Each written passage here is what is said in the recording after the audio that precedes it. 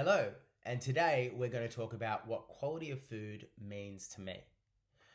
I refine my quality of food choices down to a few different criteria. The first one is how many ingredients is going to be in my food. And really, I'm talking about breaking things down to, if possible, single ingredient foods like fruits, vegetables, herbs, which technically is a vegetable, meats, fish, nuts, seeds, what we call an ancestral kind of diet or a paleo type diet.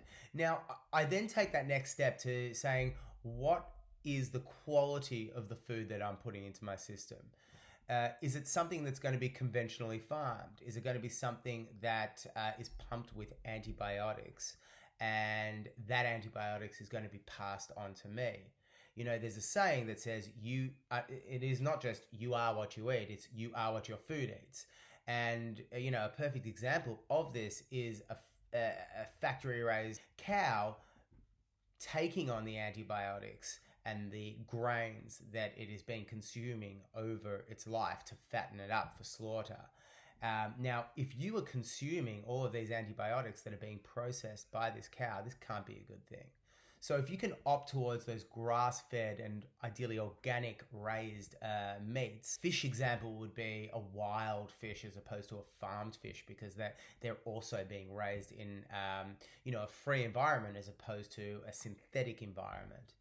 An example of fruit and vegetable would be something like fruits and vegetables that have been factory farmed and really, really pumped with pesticides to warn off the insects and the pests.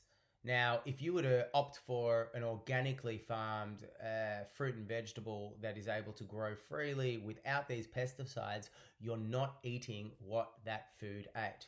So the soil in the food or the fruit and vegetables is imperative when it comes to what you eat.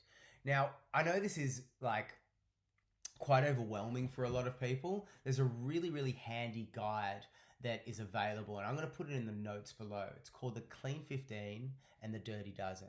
Now, the Clean 15 is a selection of fruits and vegetables, if your budget doesn't allow, that you can continue to eat in a conventional manner. And this means that they're not sprayed overly with pesticides, or let's say they don't pass on the negative effects of pesticides to the end consumer.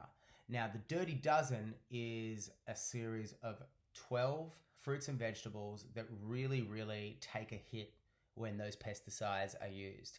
And the recommendation for this is, if you only have an allocation of budget to eat a small amount of fruits and vegetables, you would recommend that you use the Dirty Dozen to be able to continue your health journey in a way that is responsible, but also not so damaging to the hip pocket. I hope this helped.